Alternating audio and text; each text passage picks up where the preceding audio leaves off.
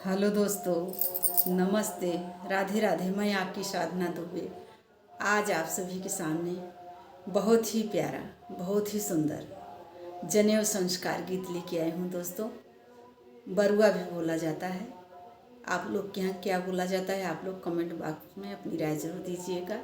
बहुत ही प्यारा बरुआ गीत लेके आई हूँ। दोस्तों, यह बरुआ गीत हमारी मम्मी का है। मम्मी के मुँह से सुनी हूँ, वही गीत मैं आज आप लोगों के सामने प्रस्तुत करने जा रही हूँ। अगर बरुआ गीत पसंद आए तो लाइक शेयर सब्सक्राइब जरूर कीजिएगा। दोस्तों, आशा नहीं पूरी उम्मीद करती हूँ। दोस्तों, आप लोगों से विनम्र निवेदन है कि हमारे वीडियो को ज़्यादा से ज़्यादा शेयर करें। व्यूज़ बिल्कुल भी नहीं बढ़ रहा है। दोस्तों, आप लोगों से रिक्वेस्ट है कि आप लोग हमारे वीडियो को ज़्यादा से ज़्यादा शेयर करें, देखें। 5 मिनट का टाइम ज़रूर दीजिएगा दोस्तों, ताकि आपकी बहन को, अपनी बहन को सपोर्ट करें। दोस्तों, आइए देर न करते हुए बरुआ गीत को आगे बढ़ाती हूँ। काशी जी में घूम रही बरुआ, ओ त बरुआ बरुआ करई हो। काशी जी में घूम रही कवन बरुआ, ओ त बरुआ बरुआ करई हो।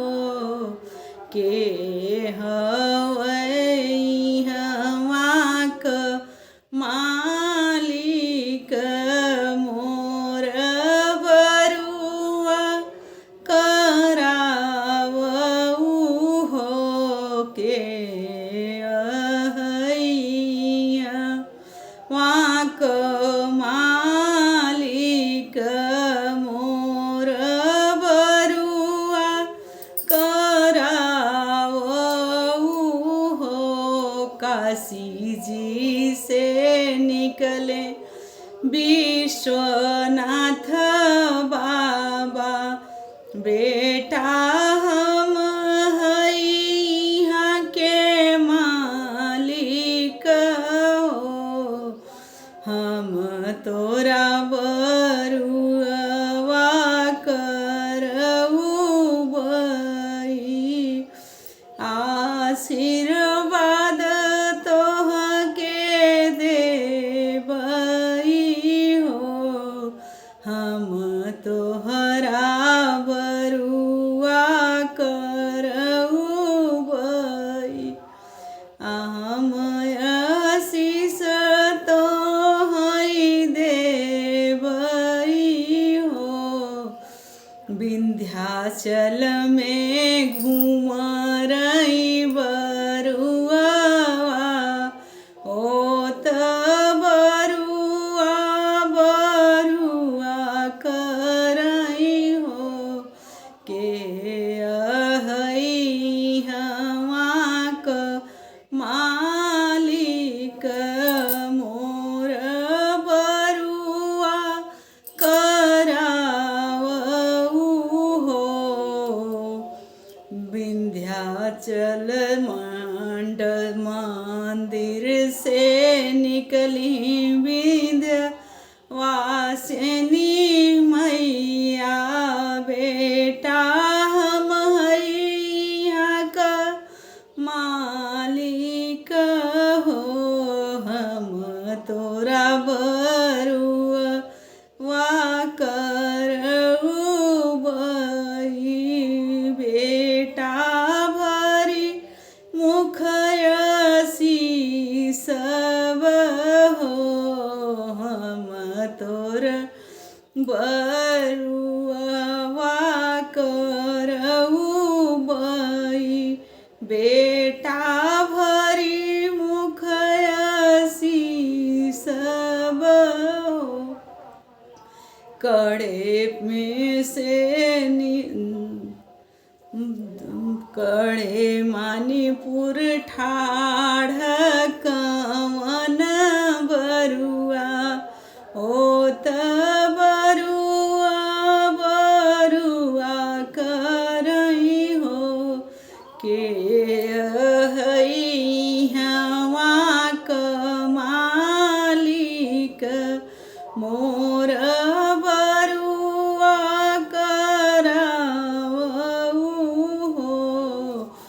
मंदिर से निकली बड़ी मैया, बेटा हम यहाँ के मालिक हो, हम तोहरा बरुआ करऊ बई, तोह के भरी मुखया शीस बहो, हम तोहरा बरुआ करऊ बई, तोह के भरी मुखया शीस बहो।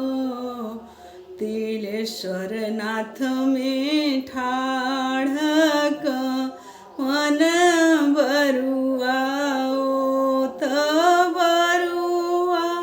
बरुआ करई हो, तिलेश्वर नाथ से मंदिर से निकले तिलेश्वर नाथ बाबा, बेटा हम यहाँ के मालिक हो, हम तोहरा बरुआ करऊ बई, बेटा भरी मुखया शीस बहो,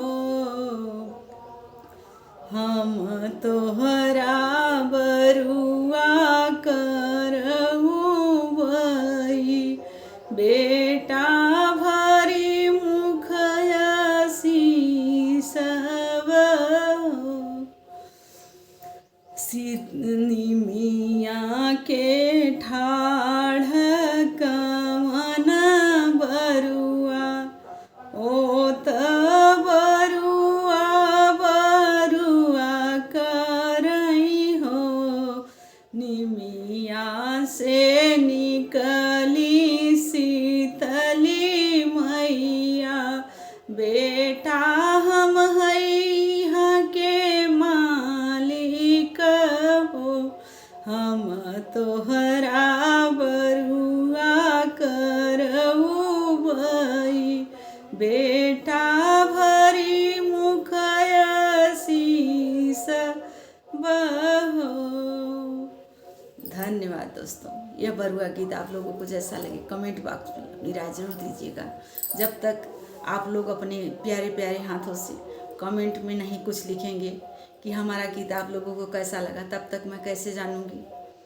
और जब आप लोग बढ़िया से सुनेंगे नहीं, बढ़िया आशीर्वाद नहीं देंगे, तो हम किसको सुनाएंगे।